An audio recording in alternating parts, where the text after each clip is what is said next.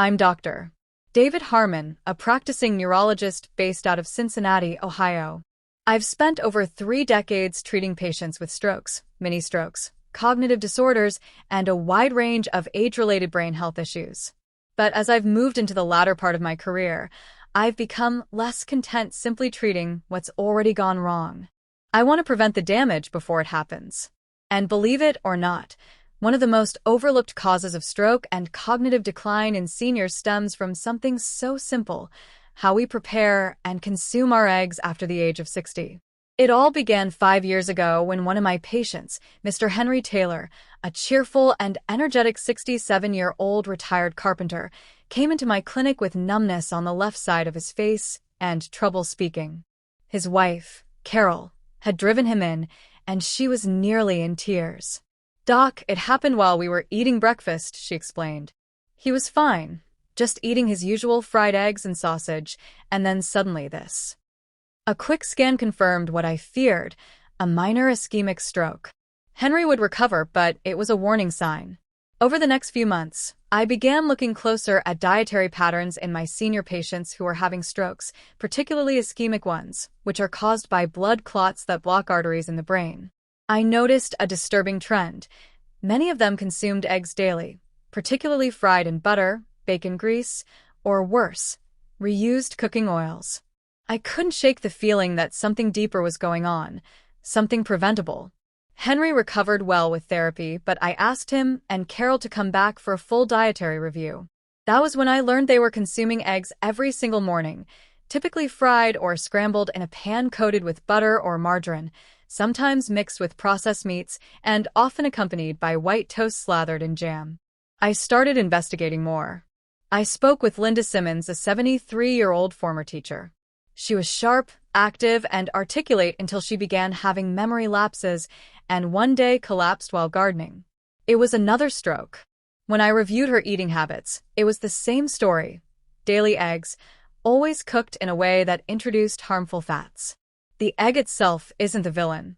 In fact, eggs are packed with high-quality protein, vitamins like B12 and D, and they support muscle strength and brain health. But the way eggs are prepared after 60 can turn this nutritious food into a silent danger. I collaborated with a cardiologist, Dr. Sheila Monroe, to study how cooking fats interact with cholesterol in seniors. What we found shocked even us. As we age, our metabolism slows, arterial flexibility reduces, and plaque buildup becomes more dangerous. Combine this with saturated fats, like those in butter, bacon drippings, or even excessive cheese melted into an omelet, and you get a perfect storm for clot formation. When this clot travels to the brain, it causes an ischemic stroke, the very thing I saw again and again in my patients. One of my patients, Ron Miller, 71, had always considered himself healthy. He played golf twice a week, took walks with his golden retriever Jake, and never smoked. But when he suffered a massive stroke while out shopping with his daughter, I dug into every part of his lifestyle. Again, it was breakfast.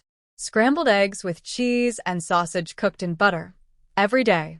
Ron survived, but he never regained full mobility. He now walks with a cane and needs speech therapy. The tragedy? It was preventable. I knew I had to speak up, not just in my clinic, but publicly.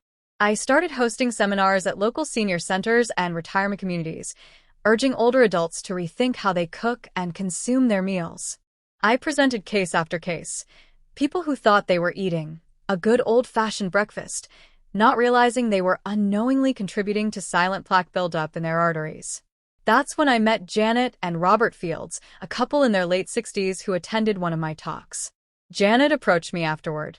"I've been making Robert fried eggs in bacon grease for decades," she admitted. "It's the way he likes them. But after hearing you speak, I'm scared."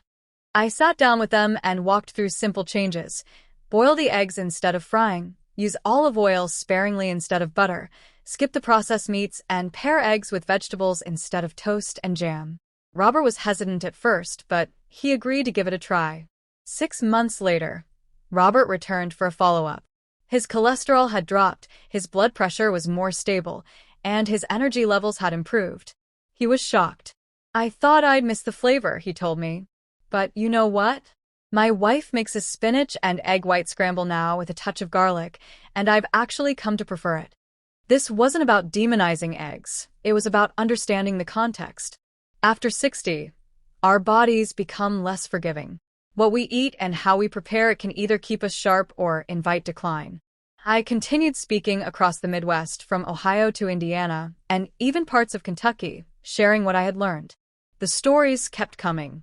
People like Margaret Douglas, a 69-year-old widow who changed her breakfast habits after reading an article I co-wrote.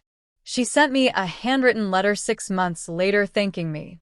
"My memory has improved," she wrote. "I feel lighter and clearer." I had no idea a small change could mean so much. But not everyone listened. James Walker, 74, ignored my advice.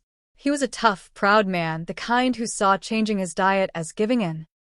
I warned him, repeatedly. 6 months later, he was rushed to the ER with a major stroke. When I visited him during his recovery, he could barely speak.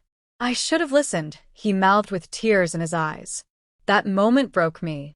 I went back to my office and started writing what I now consider the most important paper of my career. It was a plea to every senior to respect their bodies, to understand that certain habits which seemed harmless at 30 or 40 could become deadly at 60 and beyond, especially those revolving around eggs.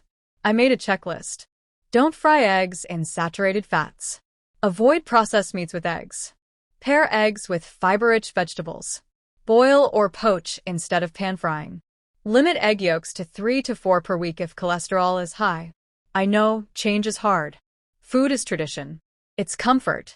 It's love. But so is life.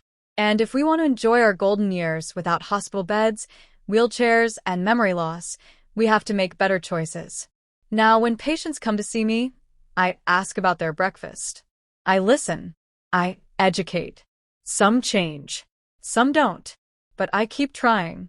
A year ago, I got a call from Carol Taylor, Henry's wife. She said Henry had just turned 73 and was doing great. "We've kept up the new breakfast routine you taught us," she said proudly. "He hasn't had a single scare since." That call filled me with hope. My mission isn't about fear, it's about empowerment. Seniors deserve to know the truth. They deserve to live long, active, mentally sharp lives. And something as small as changing how they cook their morning eggs can be the first step toward that brighter future. So if you're over 60 or love someone who is, take this story to heart. Ask how those eggs are being prepared. It could make the difference between a life of clarity and connection, or one of regret. I've made it my life's work to save brains. Sometimes that starts in the kitchen.